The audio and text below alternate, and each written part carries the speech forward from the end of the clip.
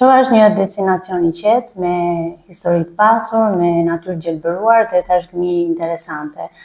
Për gjithë vizitorët që dëshirojnë të largohen nga destinacionet masive turistike, Koçova ofron një përvojë autentike dhe mjaft relaksuese.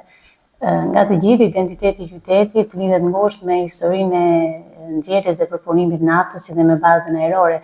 Megjithatë, ofron mjaft potenciale natyrore për zhvillimin e turizmit kulturor. Mund përmend këtu kanionet e Sinecit, i cili ka dhe statusin e monumentit të natyrës. Janë 2 monumentet e kulturës, kisha e Ungjëllëzimit në fshatin Kozare, kisha e Shënkollit në fshatin Perondi, kisha e cila mendohet të jetë ndërtuar në shekullin e 10, çka është një shprehje e arkitekturës bizantine. Patjetër që do të gjende një pritjen e banorëve, kulinarinë edhe mjaft potenciale të tjera ku do ta gjejnë veten mirë gjithë turistët që do të vizitojnë qytetin tonë. Cilat janë prioritetet e Bashkisë Kuçovë për të ardhmen për turizmin?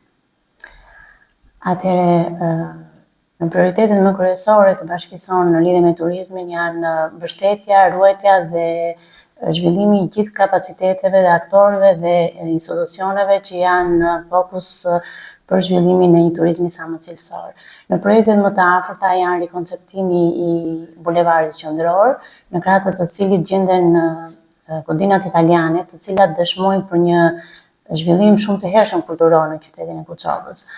Po kështu projekt tjetër është edhe ndërtimi i Muzeut të Naftës dhe Aeronautikës, ku do të dëshmohet gjithë historia e industrisë nxjerrjes dhe përpunimit të naftës, mënyra e jetesës, mjetet e punës, zhvillimet teknologjike e të tjera. Ne duam të shfrytëzojmë dhe pozicionin gjeografik që qyteti ka, duke qenë se është vetëm një orë larg nga Tirana, pak kilometra nga Berati, duke u fokusuar tek zhvillimi i turizmit industrial, te zhvillimi i turizmit ditor. Faleminderit.